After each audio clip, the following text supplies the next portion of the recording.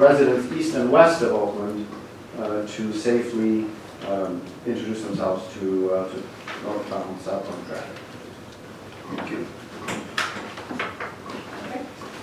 So I'm going to make a motion and we can discuss as a board, and Mustafa's going to stay here for questions. So I move to adopt ordinance 2083 establishing, I'm sorry, before I do this, so I announced that we discussed this in committee, and 2/3 of the committee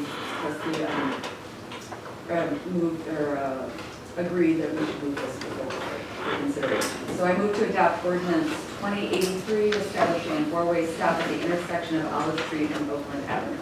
Second. Discussion? Trustee Rose. One of the things I noted in your report, and thank you for including it, that 58 cars, completely ignored the stop sign, the crosswalk altogether, so they blew right through it.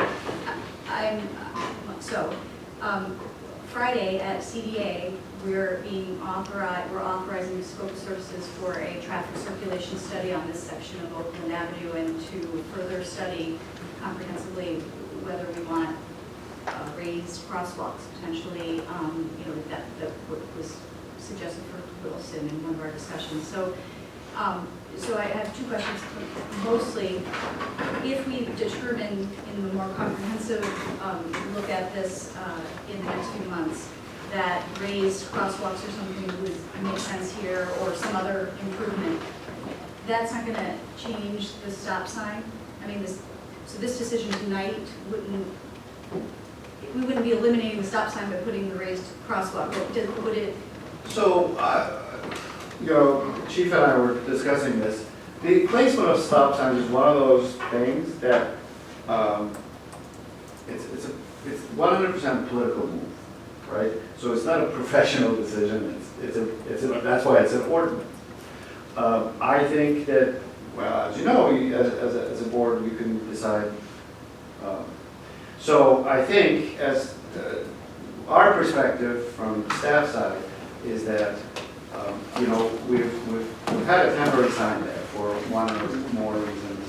We've had some sort of a community interest in controlling that intersection for a number of years, and I think a comprehensive look is obviously the best solution, and I think that's encouraged.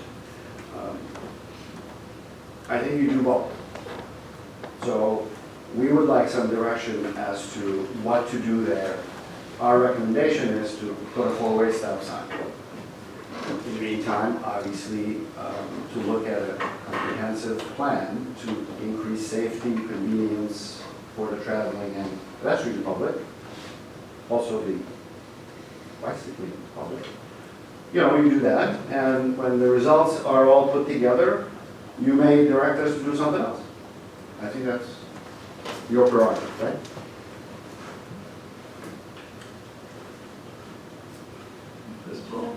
Yes, right. Didn't hear that. Two questions. I'm sorry, Trustee Blackhorse, if you address this. Does this come with the okie dokie of the police department? I'm assuming. Yes. Yes. Secondly, I don't know, for whatever reason, and maybe it was just the way I look at a roadway when there's all these other things and the barriers and the barricades that were construction related, but I found that mid-road, in median, well, it's not a median, but at the yellow line, having the stop sign there was very helpful for me to get used to the fact that there was a stop sign there. Is there a plan for placing, or isn't, I would imagine at this point, we're not talking about putting a sign also in the middle of the road. We have the temporary sign there. We can certainly do that when we have plans to straight bike lanes in Oakland. It'd be a perfect opportunity to put it in there. Yeah. Where the bike lane is, or over I'm the talking about Not just on the curbs, but in the middle of the road. this intersection? She's talking about stop sign. Sign. Not a Curb sign. stop. It's in the middle. No, I'm sorry, I misunderstood. Okay. I Question. know you might need it. I need all the help. Well, the help you're going to get is you're going to get a ticket. Those guys. You'll get a ticket. No, it would be a regular sort of four-way. Okay. Other questions? Yeah, I mean, my concern was if we put the stop sign at Olive, then we're not gonna have, we're really precluding ourselves from being able to put one at Wood. In terms of pedestrian, you know, we have the 2 pedestrian crossings at Jarvis, I think it's Jarvis, with just pedestrian lights that are actually pretty busy pedestrian crossings. So to have someone stop at Wood where they can visually see if there are pedestrians there versus having someone stop all the way at Olive and then the next thing they see is the stoplight at Kenmore, so they're zooming to get to that stoplight at Kenmore. I also feel there's, the reason the CBA is looking at this issue is there's, in times of heavy traffic, there can be like a gridlock both in the parking structure and gridlock on Oakland. You're trying to make a left to get into that north and then trying to get out of there. I mean, it can be, you know, really confusing and somewhat maddening. So, and basically we are limiting what options we're going to have at that Wood intersection because, you know, I don't see putting up a stop sign at Olive and then taking it down.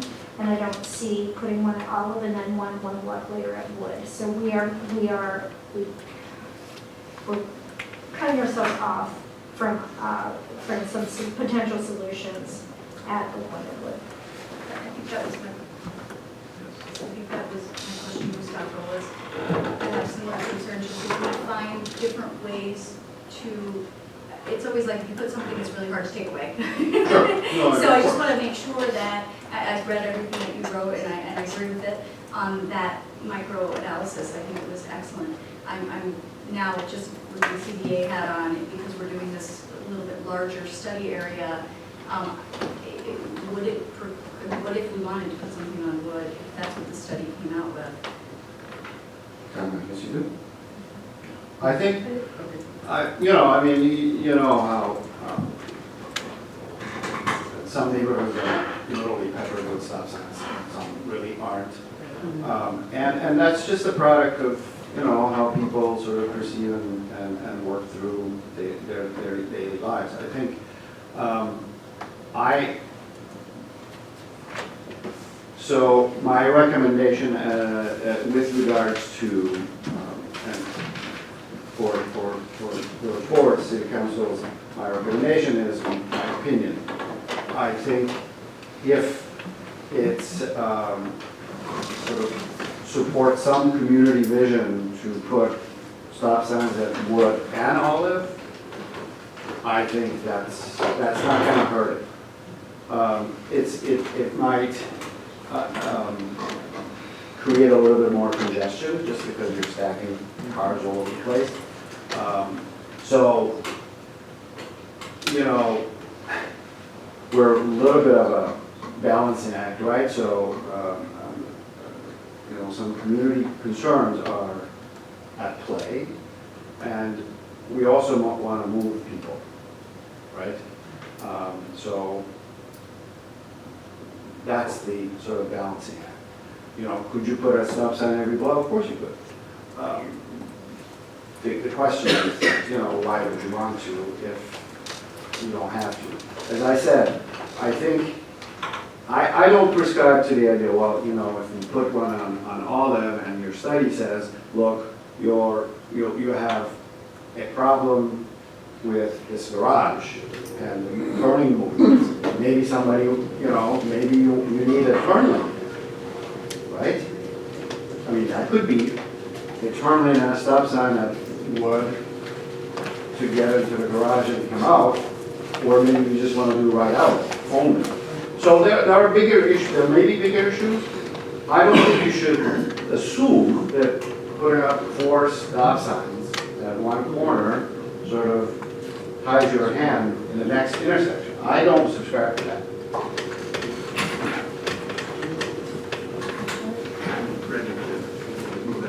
I mean, you know, the thought of a right out only on that garage would be probably met with a lot of resistance. Because, you know, That's not before us. Yeah, it's not before us. I haven't seen this traffic. and I think that there is a lot of, Contract. there is a lot of support for keeping the two-way stop sign there, so.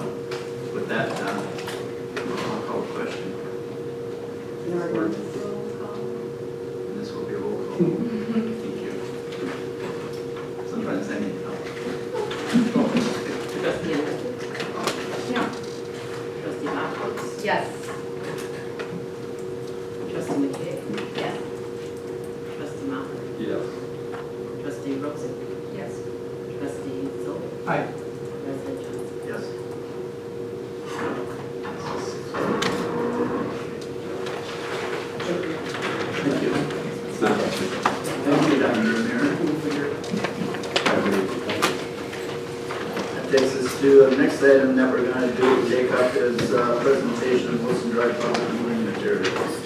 I think there's really two things we want to accomplish here.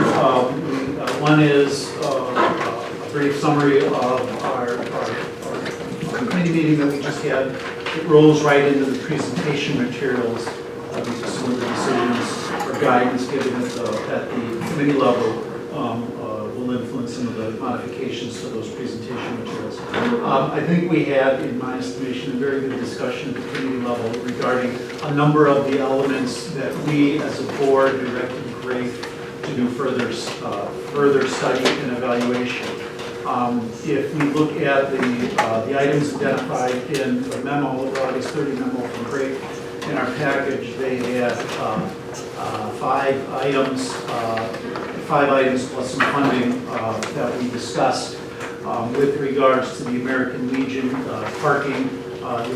You may recall that the original design concept presented to us showed the bus stop there at that part of Wilson being moved north so that it's at the intersection directly in front of the Legion post.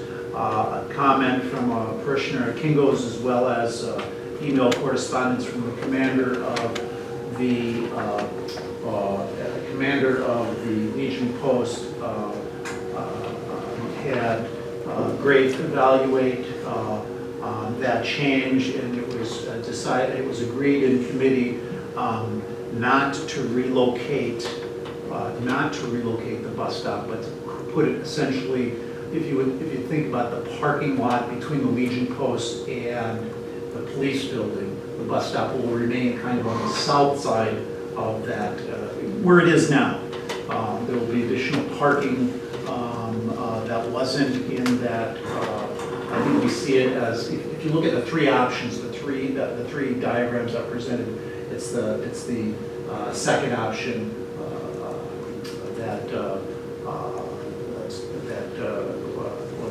was agreed to by committee.